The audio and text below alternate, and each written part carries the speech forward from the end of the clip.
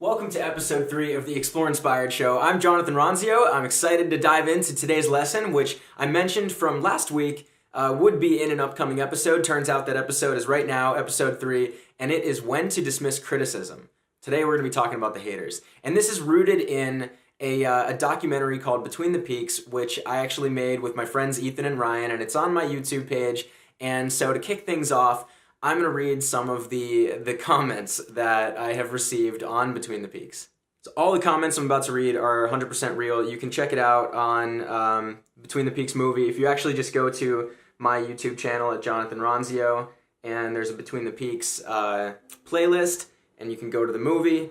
And if you're not already subscribed to my channel, to Jonathan Ronzio Explore Inspired channel, do that, because I post some good stuff, and I'd love to have you part of it. But let's get right into it. Let's click into Between the Peaks here and go to the comments. Brokeback Mountain 2. Okay. Rich kids crying. I don't think we cry at all in the movie, but I don't know. Bad documentary. Garbage. Who cares? Boring. This is mud. No climbing. Just boring. There is climbing.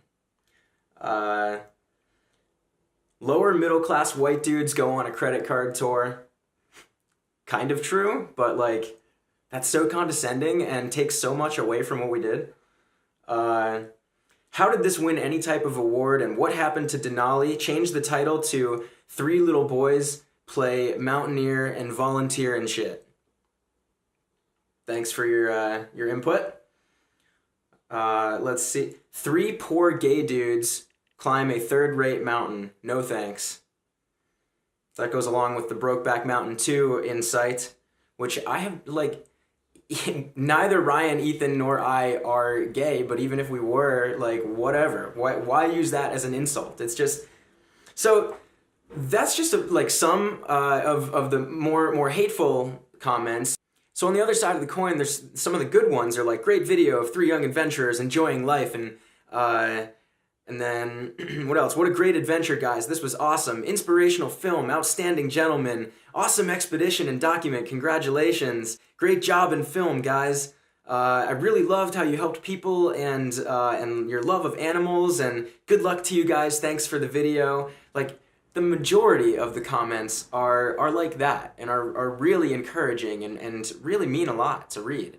But it doesn't take away from the fact that when I get those few that are just really demeaning and hateful and mean, that's what sticks with me and kind of like it leaves that bad taste in your mouth, right? So I just kind of wanted to talk about like when to let it roll off your back, how to let it roll off your back. I'm constantly trying to work on this, but it is interesting. I think I heard Gary Vee talk about the fact that you can dedicate years of your life, your passion, your motivation, your dedication for so long. You're working hard on your dream, and whether it's writing a book or creating a film or building a blog or painting something or whatever, like building a business or whatever creative outlet you've poured yourself into, you put it out there. It takes so much courage to actually publish it and put it out there. And then once you do, all it takes after all that time, it's like Between the Peaks started working on it in 2011 when it became an idea. It took, the planning phase was all through 2012, and we bought a one-way ticket to Chile and left just after New Year's on 2013, and we were on the road for 4.5 months, and then it was 2 years of post-production, and then the film festival route, and like all in all, Between the Peaks, the original film, that part of the story was like 4 to 5 years of my life. And just like anything you put out, as soon as you do, all it takes is 10 seconds for somebody to write a bad comment and hit publish and belittle you and take, try to tear you down and take the value out of what you have just created for the world and for yourself. And it's hard, but you can't let that affect you. You can't let that stop you from making the next chapter, the next painting, the next film, the next blog, the next business, the next anything. You cannot let that stop your momentum because it wasn't for them. It was for you and for anybody that it impacted, anybody that it helped, anybody that found inspiration or positivity or just pure enjoyment out of whatever you put out there that you gave them, that's who it's for. Most importantly, yourself. And so those comments, that's when you dismiss criticism. There's kind of a filter in it. It's like, is it constructive? Is it something that deep down you know, like, okay, I can peel back the layers of this onion and there's something here that they might be right about. Maybe I can learn from. If that's there, maybe it's brash, but that's okay. Sometimes criticism is, and you got to get a thick skin to deal with that. But that's your hate filter, right? That's your hate speech filter. It's like, is this behind the scenes constructive to anything I can do going forward? Or if it's not, then forget about it. Like, just move on. That is not your target audience. You are not doing what you're doing for them. And so many people stop themselves from ever doing what they love and fulfilling themselves and following their dream and putting something out there because they're afraid of that one person who's gonna say something mean and who's gonna try and tear down what you've created. But again, it's for you, it's not for them. And when you do it for you, and when you put something out there that is worthwhile, that you've poured yourself, your passion, your heart, your love, your dedication and motivation into, when you do that, there will be a far majority, a far greater amount of people that see the value that you have created and that see the heart that you poured into something and that see, you for who you are and appreciate that and will become fans of yours. And that's the other side of forget about the haters. Let that criticism roll off, whatever. We didn't cry during the film, we're not gay, would be okay if we were. We did climb a mountain. They must have just not watched far enough to realize that the film splices back and forth between the climbing and the volunteering.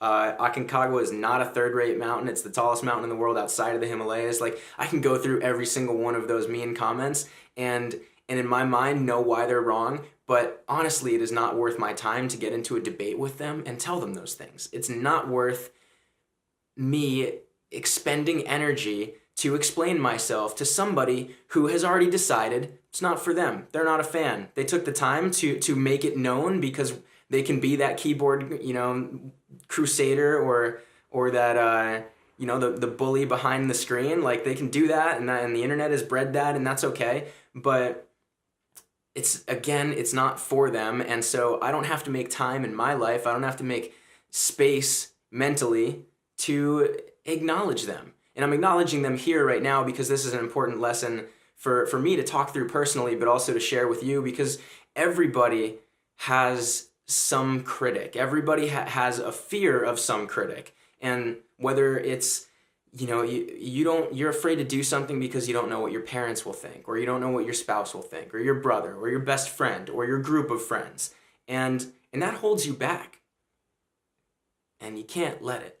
So I'll share another story. Last year I was speaking for an association. I was doing the keynote, and it in general went really well. I thought that the audience was engaged.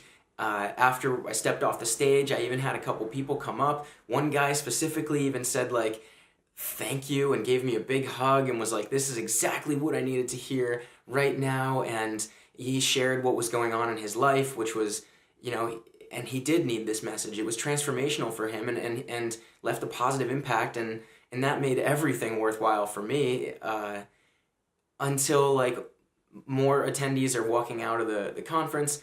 And now looking back on that, what I remember, the bad taste in my mouth, is the one girl, like this 20-something-year-old girl who walks by and she just says, like, very snarky, sarcastically, she's just like, hey, very cool. I hope that one day I get paid to share my travel photos.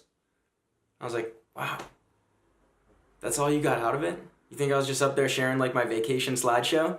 Like, obviously, this message wasn't for you. But I don't know, I had to reflect on that afterwards. At the moment, it just crushed me. And I was like, man, did that just suck?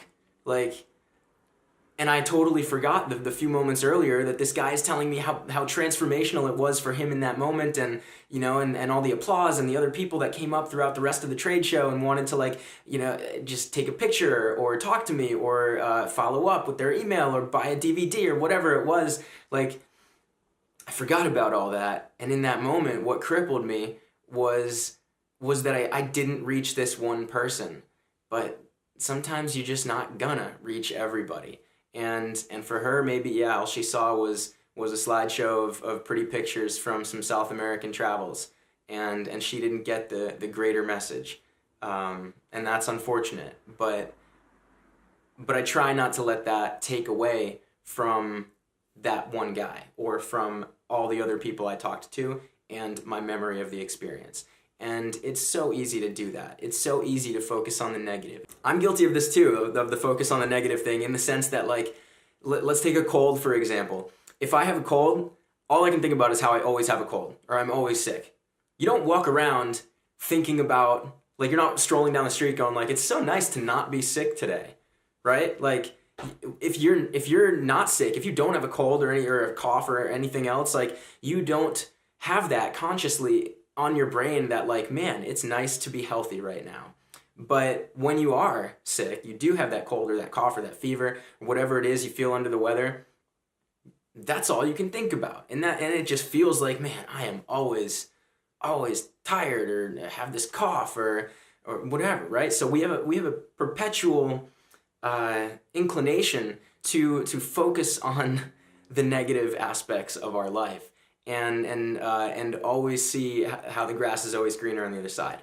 And sometimes we just need to take a break and step back and a breath and realize that this grass is pretty green and it's pretty nice to be healthy right now. And that's kind of a separate message, but at the same time, it's just like looking back on that talk and trying to see that I don't have to focus on the one person who the message didn't hit and who didn't seem to get anything out of it. I need to look back and focus on the whole other rest of the time that I was healthy, and that it did make a difference in some people's lives, and that it was a successful talk. I never understand why anybody takes the time to be hateful or hurtful. I just don't get it. Why would somebody take the time to write a bad comment on my film? What good does that do for the world? How does that make them feel better in the moment? I don't know. I think that's what's on the other side of it, is they feel powerful or whatever, and it's like, I just don't know. But what I've come to realize is that there is no answer to the question why. For somebody that is like that, for somebody that's going to do that, they just don't deserve you asking that question. They don't deserve any time or space in your life, in your mind, nothing. Because there is no worthwhile answer to the question why. Who the hell cares? Don't focus on that. Don't focus on them. Again, let's bring it back. Whatever you're creating, or you're going to create, because now you're not afraid of what people are going to say, it's for you. And it's for the people who will find you and find value in what you give them. It's not for the haters. It's not for the critics. Believe that. Trust that. Believe in yourself and what you have to offer. Because there is somebody out there who needs the message that you have, who needs what you can give them. Everybody has value to share, except maybe the people who all they're sharing is negativity. But again, don't worry about them. That is it for the Explore Inspired Show episode 3. I hope you enjoyed today. I know we got a little serious, got a little heartfelt, but it was a message that I felt I needed to share and that I hope you needed to hear, or that you just enjoyed listening to. Please like the page on Facebook, Explore Inspired. Subscribe to Jonathan Ronzio on YouTube, and I publish a new show every Friday at noon Eastern Standard Time. Yeah, I didn't even think what time zone I'm in right now. So yeah, every Friday, new show. Thank you, as always. See you next week.